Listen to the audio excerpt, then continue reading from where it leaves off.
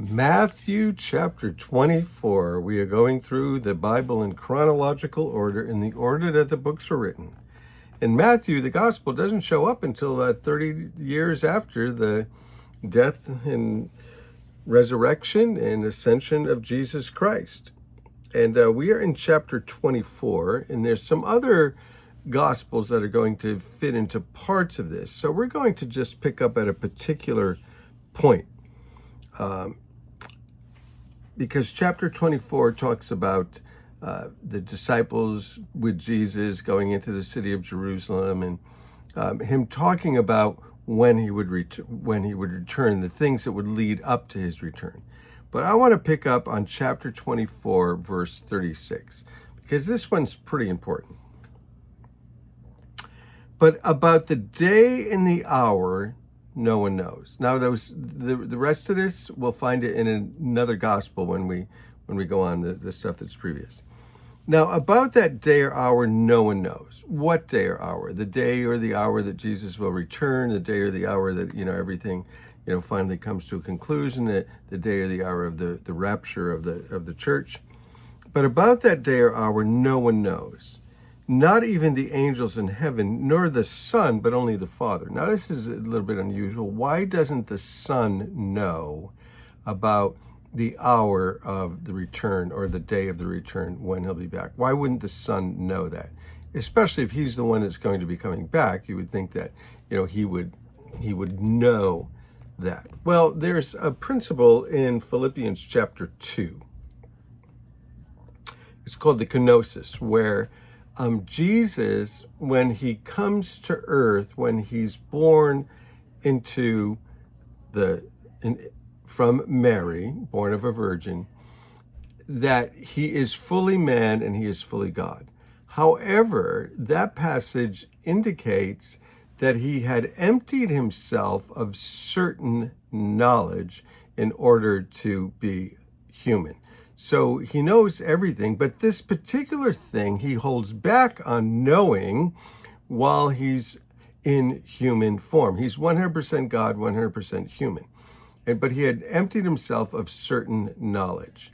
And here he is saying at this time, while he's talking to his disciples, that no one knows the day or the hour of that the Son will return. Now that he's ascended into heaven, we can probably make the conclusion that he does in fact know, because it's coming. But at this particular point, he doesn't. Neither do the angels. Sort of a mystery. He could have, on that day when they asked him, he could have told them the exact day. Now here's some real speculation. You want to speculate a little bit? The reason for the kenosis, not gnosis being knowledge, and the pouring out of that knowledge, him not having that knowledge, is when they asked him, he could have said, if he knew, he could have said, well, I know, but I'm not going to tell you. But instead he says nobody knows, not even the Son, not the angels, not the Son. But this we do know. We do know, as it was in the days of Noah. Now, I find it interesting that Jesus believed the story of Noah, because a lot of people are critical of that story. They go, I don't know if I believe in Noah's Ark. Well, Jesus believed in Noah's Ark. Adam and Eve, people go, I don't know if I believe in Adam and Eve. Jesus believed in Adam and Eve. He talked about Adam and Eve. Story of Jonah. I don't know if I believe the story of Jonah. Jesus did. Jesus said, as Jonah was 3 days and 3 nights in the heart of a great fish, so the Son of Man will be 3 days and 3 nights in the heart of the earth. So he goes back to Noah, and he says, as it was in the days of Noah, so it will be at the coming of the Son of Man. Well, what was going on in the days of Noah? It says that people were evil all over the face of the earth. People were evil everywhere. Well, before Jesus comes, the Bible says that there will be the increase of evil as never has been before, really. It'll be over the whole planet.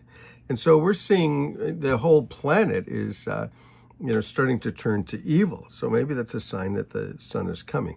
There was a population explosion. There was all kinds of weird sex, all kinds of stuff going on. So just as it was in the days of Noah, it will be at the coming of the Son of Man. For in the days before the flood, people were eating and drinking, marrying and giving in marriage up until the day that Noah entered the ark. And they knew nothing about what would happen until the flood came and took them away. Well, that's how it will be at the coming of the Son of Man.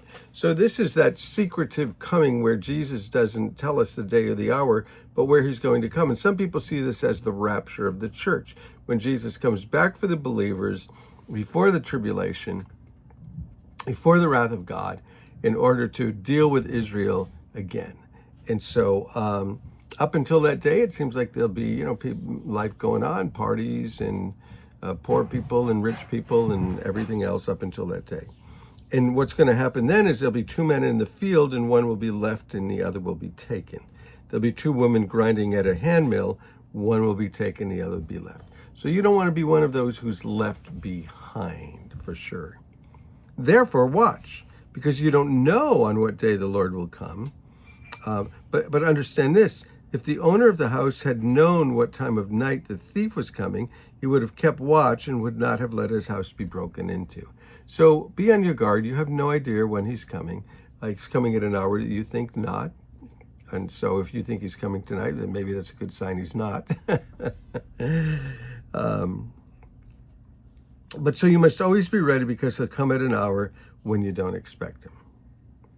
Who then is the wise and faithful servant? Well, who's the one on earth that's wise and who's faithful? And who is the one that the master has put in charge of his servants in the household to give them their food at the proper time? Who are the servants? Who's serving God right now? It will be good for the servant who the master finds him doing so when he returns. So we should be living for the Lord every single day. My old pastor used to say that you need to live each day as though Jesus were coming tonight, and you need to plan as though he never was. So you can plan, make your plans, and start your businesses and get married and do all those things. But live your life as though moment by moment Jesus could come tonight. Be ready tonight. Truly, I tell you, he'll put him in charge of all of his possessions. He who's faithful over little will be ruler over much. But suppose that servant's wicked and says to himself, my master's staying away for a long time. And then he begins to beat his fellow servants and to eat and drink with the drunkards. The master of that servant will come on a day when he doesn't expect him, in the hour he's not aware of. So live your life and live righteous and live holy and live a life of justice and peace and mercy and grace now. Don't put it off until tomorrow. Don't put it off until tonight. Don't put it off until next week, next month, next year. Do it now. Live righteously. What does the Lord require of you? To do justly, to love mercy, and to walk humbly with God. When do we do that? Now. Do it now. And he will cut them to pieces and assign them a place with the hypocrites, and there will be weeping and gnashing of teeth. And so we'll go on a little bit more in chapter 25 next time. But just know this, that no one knows the day or the hour. Not even the Son while he was here with us on earth. But he is coming again, and he's coming to get us. And so we need to keep our eyes open. I like to say, keep your eyes to the sky, keep your feet on the ground, and keep your heart with people. If you're looking for him to come, eyes to the sky, keep your feet on the ground. Don't be caught up in all kinds of crazy doctrines and conspiracy theories and weirdness. And always be loving people. Love God and love people. We started a few chapters ago. Hey, love you guys. Bless you.